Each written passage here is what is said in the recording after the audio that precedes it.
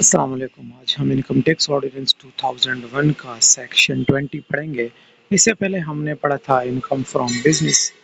آج سیکشن 20 پڑھیں گے، deductions in computing income chargeable under the head income from business, کہ جو ڈیڈکشنز انکم فرام بزنس سے الاؤڈ ہے وہ ہم پڑھیں گے کہ کیا ہے۔ یہاں پہ سب کلاز 1 میں کہتا ہے کہ یہاں پہ جو نیچے سب سیکشنز میں کلازز میں جو ڈیڈکشنز الاؤڈ ہیں تو ان کا مطلب یہ ہوگا کہ وہ expenditure for the sole purpose of business کے لیے کیے گئے ہوں گے۔ یہاں پہ لکھا ہے ایک word, wholly and exclusively for the purpose of business, نہ کہ کسی اور پرپز کے لیے، صرف بزنس پرپز کے لیے۔ پھر کلاس 2 میں کہتا ہے یہاں پہ کہ اگر کوئی ایسا جانور اینیمل جو کہ بزنس میں یوز ہوتا ہو، اس سے مراد وہ جانور ہے جو کہ بزنس میں یوٹیلائز ہو رہا ہو، نہ کہ اسٹاک ان ٹریڈ کے طور پہ۔ اب امید ہے آپ اسٹاک ان ٹریڈ ضرور جانتے ہوں گے۔ دیکھیں، ایک بندہ ہوتا ہے، ایک بیوپاری وغیرہ جو کہ کام کرتا ہے اینیملز کا، وہ مال مویشی ایک جگہ سے خریدتے ہیں پھر دوسری جگہ پر بیچتے ہیں، تو وہ جانور اس کے لیے اسٹاک ان ٹریڈ ہو گیا، وہ ان کی ڈیڈکشن پھر الاؤڈ نہیں ہے۔ اگر وہ وہاں سے کچھ پیسے کمائے کیونکہ یہ اس کا بزنس ہے اور ان میں سے کچھ جانوروں کی ڈیتھ ہو جائے تو وہ الاؤڈ نہیں ہے کیونکہ وہ اسٹاک اینڈ ٹریڈ ہے۔ ابھی فار ایگزامپل پہلے زمانے میں تو گاڑیاں وغیرہ نہیں تھی، لوگ بیل گاڑیوں کے ذریعے جو ہے نا وہ سامان ایک جگہ سے دوسری جگہ لے جایا کرتے تھے، تو گڈز کو ایک جگہ سے دوسری جگہ شفٹ کرنے کے لیے وہ بیل گاڑیوں کا استعمال کرتے تھے۔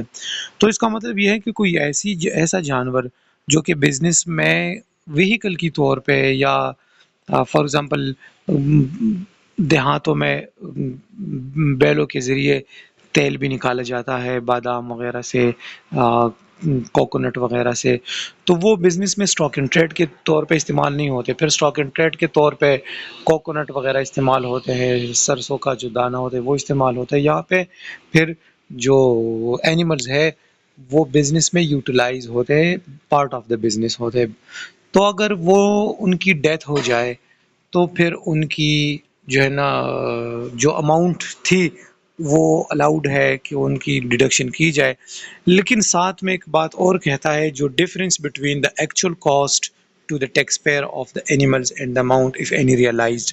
اف اینی ریئلائزڈ کا مطلب یہ ہے، فار ایگزامپل ایک جانور ہے، وہ 1,00,000 کا پرچیز کیا گیا تھا، لیکن جب اس کی ڈیتھ ہو چکی یا پرماننٹلی وہ اس طرح ہو گیا کہ وہ ابھی بزنس میں رہنے کا قابل نہیں ہوا، تو اس کو بیچا گیا فار ایگزامپل 10,000 پہ۔ تو ابھی جو ہے نا وہ بزنس مین جو ہے نا اونر آف دا بزنس، وہ 1,00,000 ڈیڈکٹ نہیں کرے گا۔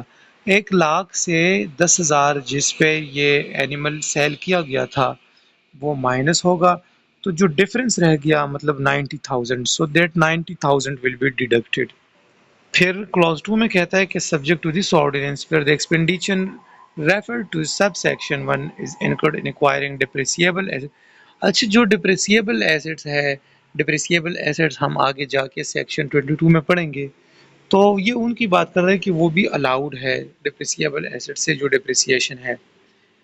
پھر کلاس 3 میں کہتا ہے کہ any legal and financial advisory service, جو لیگل اینڈ فائنانشیل ایڈوائزر مطلب ایملگمیشن آف دا کمپنی کے لیے جو لیگل اینڈ فائنانشیل ایڈوائزری کے لیے جو ایکسپینسز کی جائے، سو وہ بھی الاؤڈ ہے کہ ان کو بھی ڈیڈکٹ کیا جائے under section 20 of income tax ordinance 2001 from the income from business سے۔